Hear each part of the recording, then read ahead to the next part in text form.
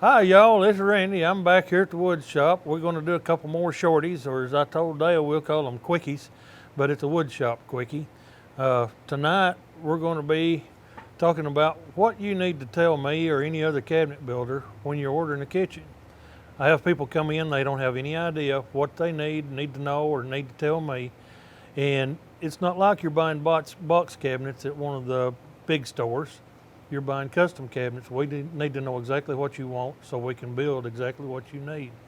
And I'm going to see if I can go through most of the questions that we go through with our customers, explain to you.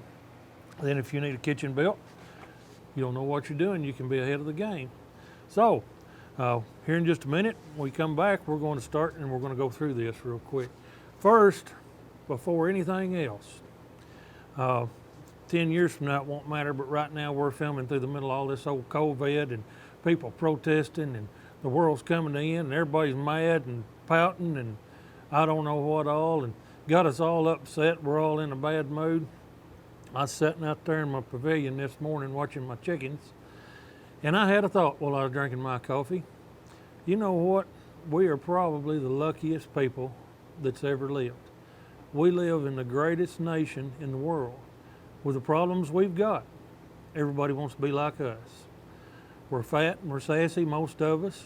We don't have it bad, and I'm not complaining. So if you're running around with your lip pooched out throwing a fit because somebody owes you something or you're mad, you ought to be ashamed of yourself. Feel lucky you're where you're at, and you're blessed to be where you're at, and love your country and take care of it.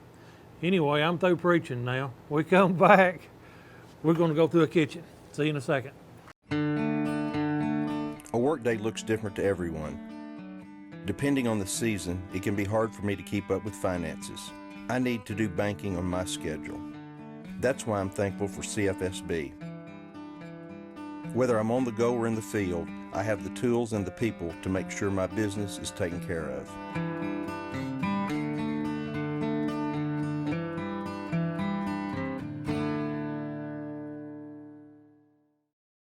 Okay, I told y'all what we was going to do is kind of go through what you need to know about your kitchen.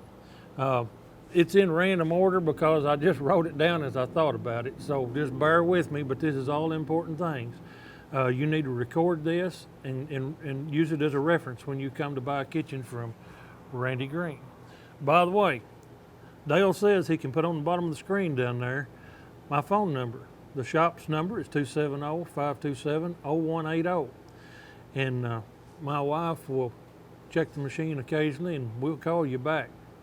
And also, if you want to see a lot of our other pictures of things that we've built over the years, if you go to our Facebook page, the Kentucky Wood Shop LLC on Facebook, and go to photos, there's a blue million of them. I was looking through them today. There's one of a little white chicken. That's Fluff. Don't pay no attention to it. I don't know how she got in there, but I like Fluff, and that's my chicken Fluff. But anyway, one of the things you want to look at in the kitchen, this is really popular, is pull-out shelves. Now, a lot of you don't have the problem me and Dale's got, but as you get older and your barrel chest shifts further down, when you bend over, it's hard to breathe down there. It's hard to get back up. If you put pull-out shelves on all of your bases, you get ready to get something off the bottom shelf, you reach down there and pull it out. It's so nice, works real easy, and it doesn't cost any more. A lot of these things are not expensive things to do, and that's one of them. We also put pull-out shelves in our pantries. So for Denise, she is vertically challenged. Well, a 6 foot tall or 7 foot tall pantry, she can't see what's on the shelf, but she could reach up there and pull it out and see it from the side, and then tell Dale to go get it for her. So, pull-out shelves, that's something we need to look at. There's one. Another thing that we've done several of, it's available, you can't see it, it's covered up, is a lift for a KitchenAid. That's really handy. It just comes straight out, lifts right up to countertop level. You can work when you get through, clean it up, push it down, shove it back in. Works great. That's something you need to consider on your kitchen. A couple things here that you want to look at. We do a lot of one of them and not as many of the other. On the top, generally all your kitchens, you're going to have a false drawer front under your sink. The material for it's about $15. for the hinges and the little trays. It's what I call a scrubby holder. But you can flip this out, you can put your scrubbies in it, you can take your rings off and lay them in there when you're washing dishes, whatever.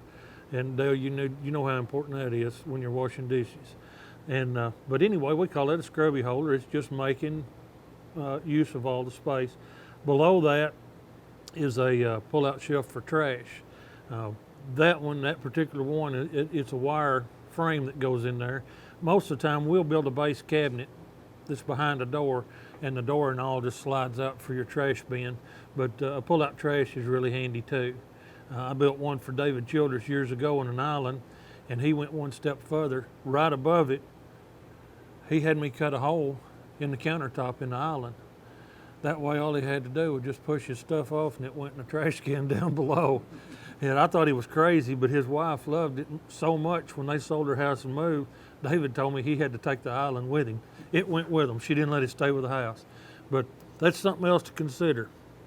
This is a really neat one that we do on nearly every kitchen. I'm going to mention on kitchens, what I call box cabinets is the one that you're going to go to some of the stores and buy. You're going to buy even dimensions. That's their factory built cabinets. There'll be 24, 30, 32 width. Now, if you land somewhere in between, you may have an 1.5 inch, a 2-inch filler between cabinets. Custom cabinets, I do not put fillers. You may need that other 2 inches for storage. And I don't care how big your kitchen is, you don't have enough storage. So anyway, you're going to run into that. And here's something else that we started doing. I know they've done it before. I'm sure I didn't invent it. But that is a cookie sheet spice rack pull out. And it's for where you run into if you've got a 12-inch or less width for a cabinet that would be wasted space, basically. I'll put one of these, and we've gotten where we've tried to design them in on either side of your range or cooktop. And you've got your spices on top, your cookie sheets on bottom. It pulls out. It's a really handy thing to have. So that's something else to think about. Women, I know you're liking this. Guys, I'm sorry, but I make a living. So in doing this, and I've got to mention it. That's really not another expensive thing. It's just like building a drawer for me. Something that I don't like to build, I don't know why, but people like them and use them, is an appliance garage. They will go under your upper corner cabinet sitting on top of your countertop. And you open the doors and you can either slide in a toaster, or you can, this is Dean McCoy's, and I saw a picture of it later in there somewhere. It's a good place for storing bread, getting things out of the way. But most of these pictures that you see, by the way, the oak is all Dean McCoy's kitchen. And the reason being is because he's my buddy, one of my best friends, and I'd done everything I could to make that kitchen as perfect as I could, because he's bigger than I am. Not that I like him that much, but I took his money and I didn't want him to beat me up, so I tried to do a good job. But Dean's kitchen, him and Mitzi had worked and looked all their lives and built their house, and she wanted this one kitchen right. And I think in his kitchen, I put everything in that one kitchen that I've ever done in any of them, and a few extra that I hadn't done before. But Dean was nice enough to let me have these pictures, and it's the ones I'm using. And if you're ever hungry or want to visit, just don't even call. Just go knock on the door. Going in about supper time. Dean will feed you. Mitzi will be glad to see you.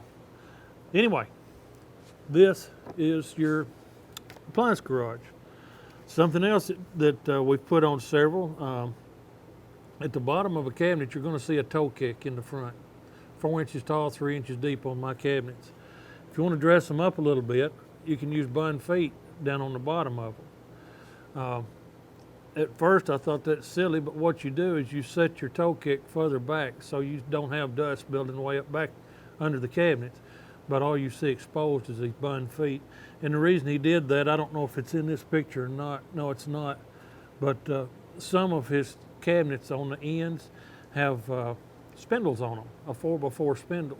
And the spindle and the bun feet matched up real good together, so that's another thing to think of. Now, I can't tell you that's not expensive. Spindles are expensive. I'm not going to say how much, but they cost a lot to put on a kitchen. But if you want it, you're going to have to pay for it. And I can do it. I'll be your huckleberry. That's what I told Dale, that I'll be your huckleberry. Uh, Actually, I thought about putting this on my business card. People ask me, can you do this? Yeah, I can. As long as the check clears, I'm your huckleberry. So here's something that you can think about it. I do fairly often. Rather than just having upper cabinets above a base, you can bring a hutch top on down where you have room for it in places. Makes you more storage, and it looks kind of like a hutch in your kitchen. But you bring it down, you set your countertop first and then bring your hutch top down on it. That works pretty good too, and it looks kind of nice, especially with glass doors. And you can't see it there, but it reminds me of something. On the side of your refrigerators, do you want a fridge panel or not? Generally, where the cabinets meet a refrigerator, you don't want a panel because you don't have that much exposed. But on the other side, if the refrigerator's not against the wall, if it's just open, a lot of times we will put a wooden fridge panel on the side of it, like you see right up here on the edge of this one. And it just dresses your kitchen up and keeps the old refrigerator from being exposed, and it looks real nice. And we can put panels on it or whatever you want. But that's a fridge panel, and works pretty good. A lot of times, a run of cabinets is ended by a pantry or a refrigerator. So if it looks like I'm looking over you, I'm looking at Dale. I just can't take my eyes off of him. He's got his hair slicked back. Boy, he's looking good tonight, I'm telling you. I wish you could see him. Let's see, here's something that Dean McCoy, this was the first one I ever done, never thought about it. I'm sure they teach it in cabinet building school, but I didn't go to cabinet building school. I went to school of hard knocks.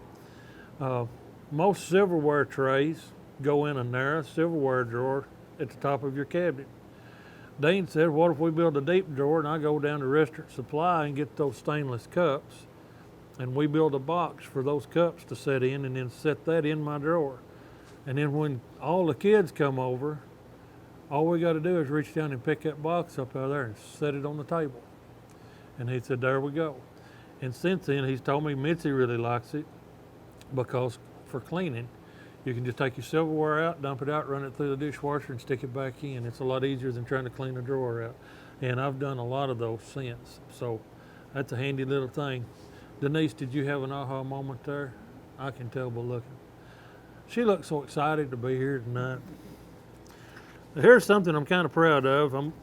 You need to know in your kitchen if you want an island or if you want a bar. The island is isolated. It's open all the way around. Most of the time a bar comes off of a wall. It's three-sided.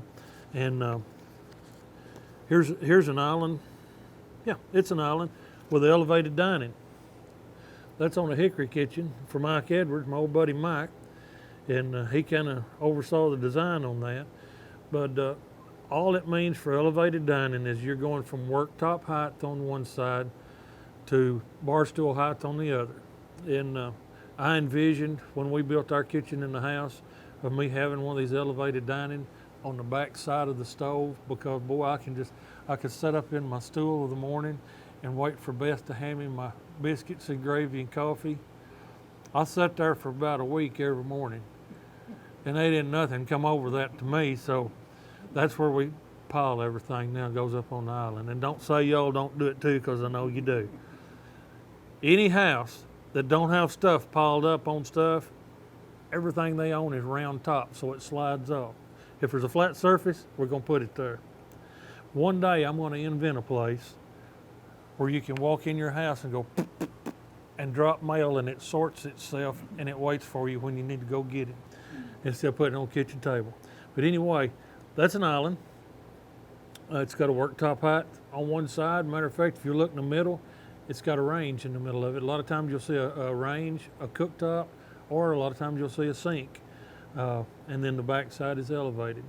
Now sometimes you'll take an island like that, they don't want it elevated, they want more workspace. You'll just keep it flat at 36 inches high, and you may make it 4 foot across and 6 foot long.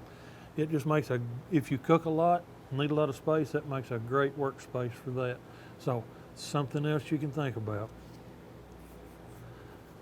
Does it sound like I'm on an infomercial? I really feel like I feel like I'm on an infomercial, y'all.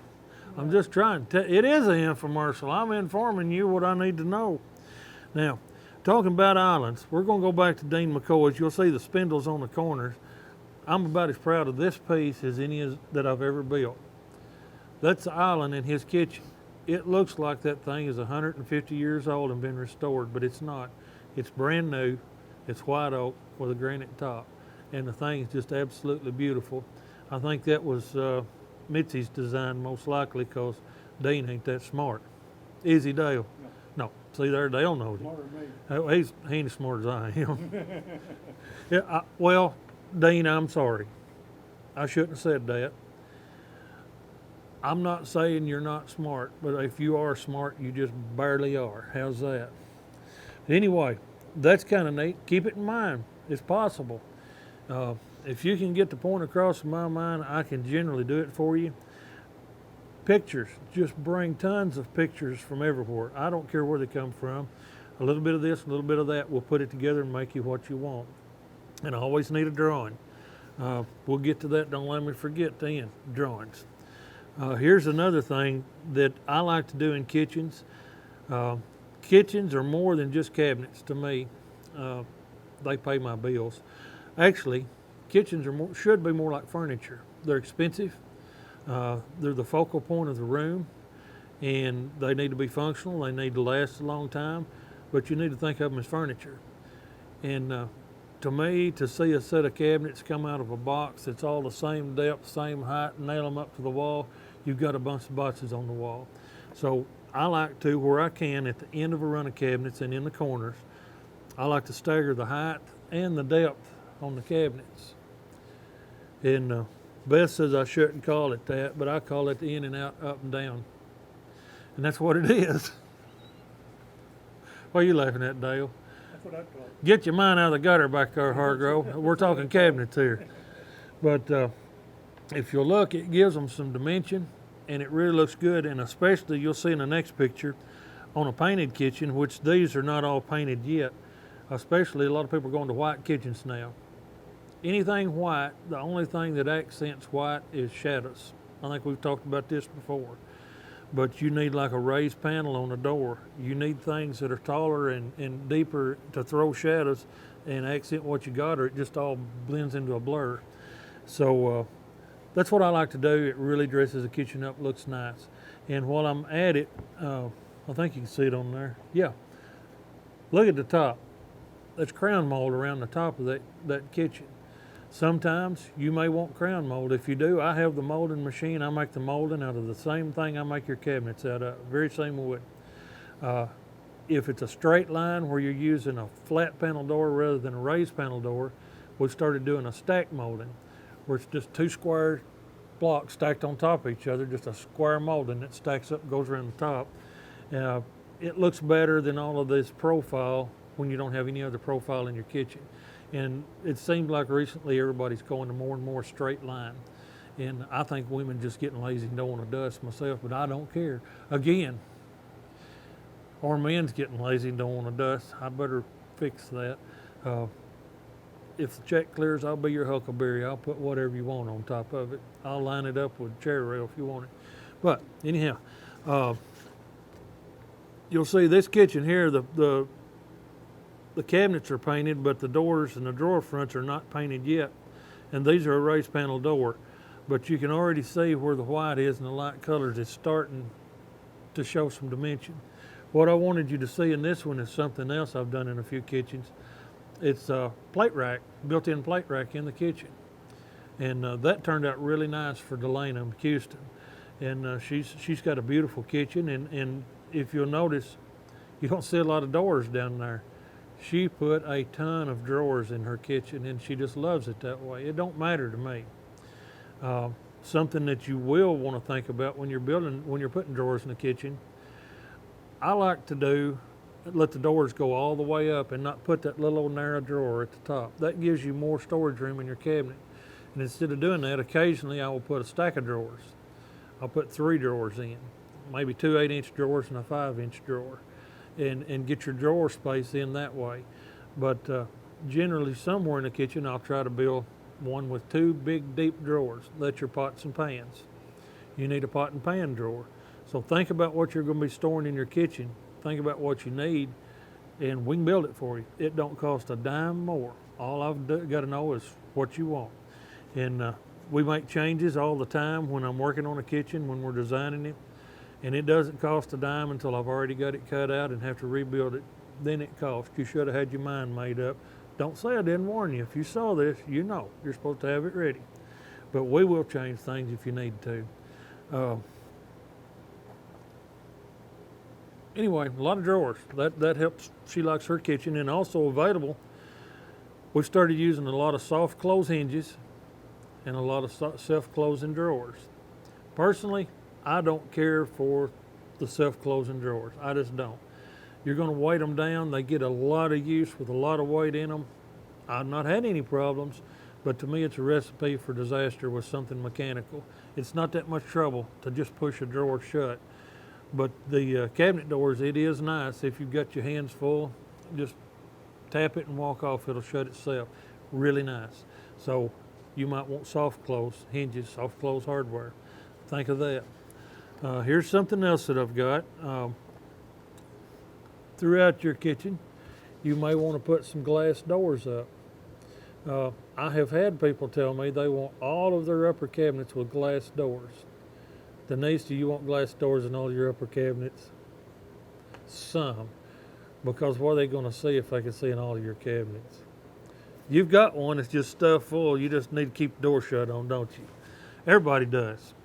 But for ones that don't, a lot of times what they'll have is they'll have some of their grandmother's china, something that they want to show, and they'll put a low voltage lighting inside there, and it really, really looks nice. Or they'll do a hutch top like we talked about earlier with glass doors and low voltage lighting.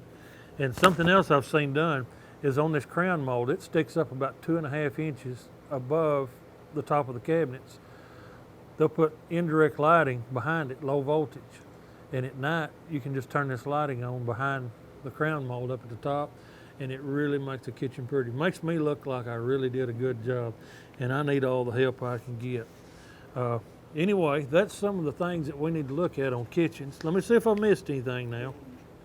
Yeah, drawings. I got to do drawings. Something that's important on your kitchen is what's your ceiling height. You have an 8-foot, 9-foot, 10-foot ceiling. 8-foot ceiling most of the time we'll go with a 30-inch upper cabinet. That gives you room for your crown mold. There's about a foot above that, between that and the ceiling. And or a lot of times they'll have a soffit that the cabinets butt right up against at the top. And that soffit will be the little box that comes down to the cabinets. If you've got 9-foot ceilings, that's popular now. A lot of times they'll go with a 42-inch upper. I don't put any more shelves in it. I just space them a little further apart. And we can put adjustable shelves anywhere you want them. All you got to do is ask. Tell us what you want, and we'll put adjustable shelves in. We do that a lot in pantries. I've got one over here. I've got a kitchen stacked over here. And one of the pantries in the back, I'm not going to pull it out. But she wanted broom storage on one side, so you need about 5 foot. Above that, I just went ahead and put adjustable shelves in, and the whole other side of that pantry is adjustable shelves. You never know what you're going to be storing, and if you need more shelves, it don't take me just a second. Pull one out, bring it to me, and I'll build you another shelf. But adjustable is a really good idea. And your uppers, you want to go 30 or 42. I've had people ask for 48-inch uppers. I'll build them, but you're going to keep a ladder in your kitchen. To give you an idea, a standard kitchen with standard height base cabinets, an 18-inch space, and 30-inch uppers, it's 7 foot to the top of the cabinet. So you start thinking about getting up 8, 9 foot tall. It's not practical, but I don't care. If a check clears, I'm your Huckleberry. I'll build them 40 foot tall. Something else you need to think of is when you're talking to me or whoever might be building your kitchen, is this a new job on a new construction or is it a remodel? Reason I say this, if it's a remodel, don't tear your kitchen out and then come see me and say I need a kitchen built, because I may be 2 months out on getting to your kitchen. Second off, you're going to be washing your dishes in the bathtub. And don't laugh, because it's happened a lot. For a long time, I kept a loaner sink base here for people that tore their kitchen out and didn't have anywhere to wash their dishes. I said, here, just take this with you, and I'll take it out when I put my cabinets in. But what I suggest is if you're going to be tearing out a kitchen, remodeling, come let me build your kitchen. I'll store it right here for you. Let me have the kitchen done. Then you tear your cabinets out and do what you got to do, and I can come put them in, and there's the very least amount of downtime in your kitchen. And also, most of the time, if you do that, you're going to be putting in new floors.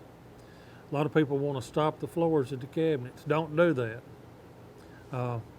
If you set your cabinets behind that and have to pull a cabinet that's a ½ inch lower than the rest of your floor, it's a pain.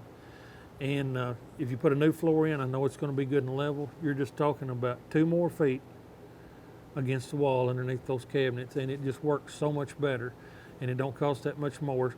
Tile, laminate, whatever. I recommend, for me, it's a lot better. Put your floor all the way to the wall, and then let me come set my cabinets on that. It works a whole lot better. Another thing that's really important is you need to locate all of your appliances. You need to know where your water lines are, where your electricity is. You may have 220 for an oven pantry or an oven. Your water lines for your refrigerator. So know where you want your dishwasher. Your sink is generally under a window. Make sure and know where your windows and doors are. Sink's generally under a window, not always, but you've got a beverage cooler. A lot of people want a beverage cooler put in. Well, they're a little bit different size, so we have to work on that. Refrigerator, cooktop, and oven or range, a slide-in range. Need to know that so we can figure it in. If you can locate your doors and windows and locate where you want your appliances and then measure your room, just what I call is measure the wall, give me how long a run you got, where you want your cabinets to be, and give me that length both ways, I can get you a bid off of that. And then I'll come over, pull my own measurements, and we'll nail it down after we make all the decisions on all these things we've looked at. So, I think, and it's really important one too, I need to know what you want it built out of. That's kind of important. A lot of people are painting. If you wanted painted kitchens, you need to go with poplar. It's what I always use is a clear poplar. It paints real well. Otherwise, hickory, oak, maple, it don't matter to me. Just you need to decide what type of wood you want, what color you want it to be. If you're matching something that's in your house, bring me a door, bring me a drawer front. I'm going to give you a little stick of wood of that species and tell you go bring me a cord or 2 of stain. You bring back the stain, you hand it to me and say, this is what I want. That's what you're going to get. That way, when I get through and you say it's the wrong color, well, it's what you gave me. It's your decision, not mine. I don't care if it's purple, but we'll put whatever you want on it and try to match the finish the best we can. But you need to know what your species is. And right now, white oak is very, very popular. But Dale, you want to take a wild guess what I paid for white oak the last time it come in the shop? Over $4 a board foot for white oak. That stuff's expensive. It's more expensive than cherry right now. But it's really nice wood. I like working with it. Let's see if I've got anything else in my notes here. I sure don't. One other thing is your drawers and doors. We can go with a flat panel or a raised panel on the doors. The drawer fronts, if you just want a solid wood drawer front, that's called a slab. Or we can go with a 5-piece, which has got a stile and rail around it and a little panel in the middle like your doors. So you need to think about that too.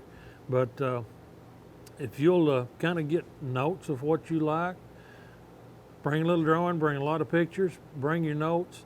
You come see me and I'll hold your hand, walk you through it, be like patting for a dance. It won't be no problem at all. And people say, well, we're shopping. I want you to shop. I want to give you my bid, but I want you to go around and you price shop. Do whatever you got to do. All I ask is a chance to bid. And after that, do what you got to do. I appreciate the opportunity to bid any job, and you're not obligated whatsoever.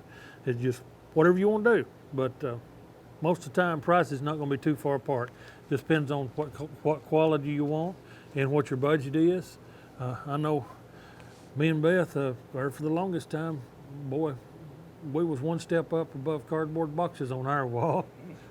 But she finally talked her husband, the cabinet builder, into making her some nice cabinet. Anyway, folks, Denise, did I miss anything? You got any questions on kitchens? Wasn't that probably, you could call this a plethora of kitchen knowledge, couldn't you? A plethora. Okay. Now, I promised Dale I was going to tell him a joke before I get off here. You about through with our quickie? Mom, can I please have some gas money? I don't have any cash. Sorry. Just Zoom it to me. Okay. I want to make a withdrawal out of my checking account. Hey, Mom. Hey, hon. Yeah, I'm pulling it now. All right, great. Sorry I'm late. Thank you. I'll be right back. Thanks. I got it, Mom. I'm leaving the tip then.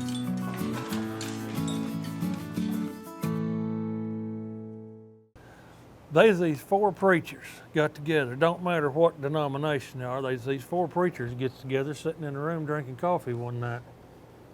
And they was talking about how people hold the preacher at a higher standard and think they're just perfect, and how bad it makes them feel because they're just human like everybody else.